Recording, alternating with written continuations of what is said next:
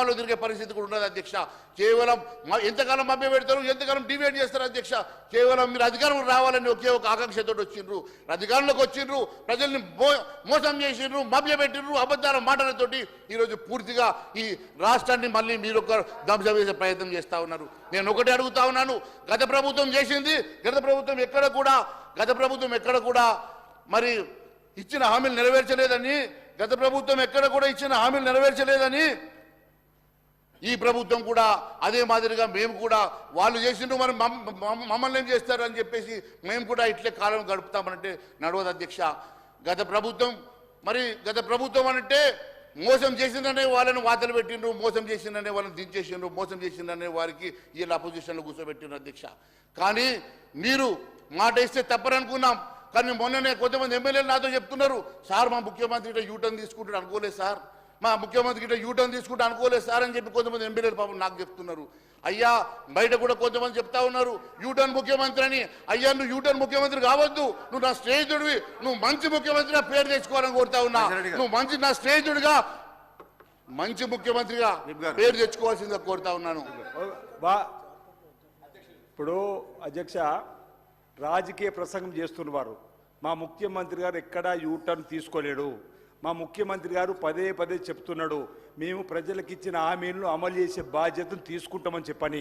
ఈరోజు అసెంబ్లీలో కూడా మేము పెట్టినటువంటి బడ్జెట్లో కూడా మేము ప్రతిపాదన 6 గ్యారెంటీలు ఏ విధంగా అమలు చేయాలని చెప్పినటువంటి ఆలోచనతోని ముందుకు పోతున్నాం.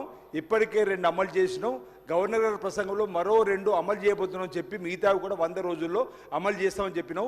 మా ముఖ్యమంత్రి గారు మాకు ఖచ్చితంగా చెప్పారు ప్రజలలోకి వెళ్ళండి, మనం ఇచ్చిన హామీలు అమలు చేస్తామని చెప్పిన మాట చెప్పిన అధ్యక్ష. మరో మాట వారు మాట్లాడుతూ సిబిఐకి మీరు ఇవ్వండి అంటున్నారు. మేము ఆల్రెడీ జార్ఖండ్కి వెళ్ళినారు అధ్యక్ష, అక్కడ ఇవ్వకుండా జార్ఖండ్కి వెళ్ళినారు. ఇక్కడ మాకు ఎన్నికల కంటే ముందు మా మంత్రి గారి మీద కూడా ఈడీకి సంబంధించినటువంటి పరిశోధనలు జరిపినారు, దాడులు జరిపినారు.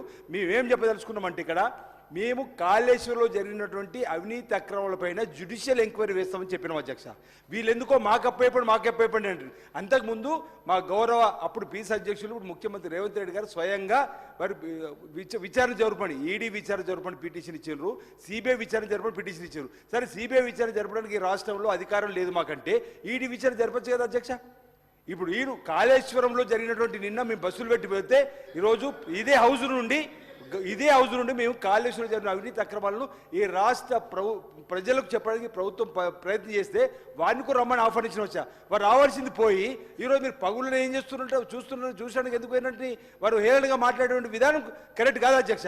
ఈరోజు 97,000 కోట్ల ప్రజాధనం దుర్వినియోగం అయింది అధ్యక్ష. ఇంతకుముందు టీఆర్ఎస్ పార్టీ వాళ్ళేమో వరదలు వచ్చే కంటే ముందు దాన్ని మరమ్మతు చేసి దాన్ని పూర్తి చేయమంటాడు. అసలు మేడిగడ్డలో, సుందిలలో, అన్నారంలో ఇప్పుడు నీరు నిల్వ చేసే పరిస్థితి ఉంది అధ్యక్ష. వారినే చెప్పండి, వారి ఇంజనీర్ ఈ విధంగా చేస్తే బాగుంటుంది. మా ముఖ్యమంత్రి గారు కూడా చెప్పారు, వారు వచ్చి ఈ విధంగా ఈ నీటిని నిల్వ చేస్తే ఇది ఆగుతుందని చెప్పి ప్రాజెక్ట్ అంటే చేయడానికి అవకాశం ఉంటుంది.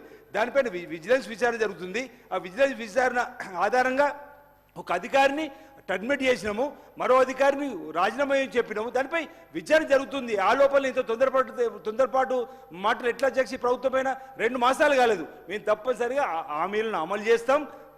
అసలు కాంగ్రెస్ పార్టీ ఎక్కడ ప్రజాభిమానం పొంది ఇక్కడ అటు బీఆర్ఎస్ కానీ ఇటు బీజేపీ కానీ కూకటి పేర్లతోటి రాదు అనేటువంటి ఆలోచనతోటి ఈరోజు ఈ విధంగా వాళ్ళు చేసేటువంటి ప్రచారం తప్ప మరొకటి కాదు. రాబో లోక్సభ ఎన్నికల్లో అధ్యక్ష చెప్తారు, ప్రజలు తీర్పిస్తారు, అందులో ఏమాత్రం అవడం లేదు. మీకు చిత్తశుద్ధి ఉంటే భారతీయ జనతా పార్టీ గతంలో చేసినటువంటి తప్పిదాలపైన ఈడీ ద్వారా విచారణ జరపండి. మాకు చిత్తశుద్ధి ఉంది, కాళేశ్వరం పైన జ్యుడిషియల్ ఎంక్వైరీ చేస్తాం. తప్పులు చేసిన వారిని తప్పనిసరిగా దోషులు ఎవరైనా వారిని శిక్షిస్తామన్న మాట ఈ సందర్భంగా తెలియజేసిన అధ్యక్ష. గౌరవ సభ్యులు అసలు పొందలేని మాటలు మాట్లాడుతున్నారు అధ్యక్ష. నేను చెప్పింది ఏంది అధ్యక్ష, వారే అంటున్నారు మా పిసిసి అధ్యక్షుడిగా రేవంత్ రెడ్డి గారు సిబిఐకి ఈడీకి ఇవ్వాలని చెప్పి డిమాండ్ చేసింది వారే అంటున్నారు.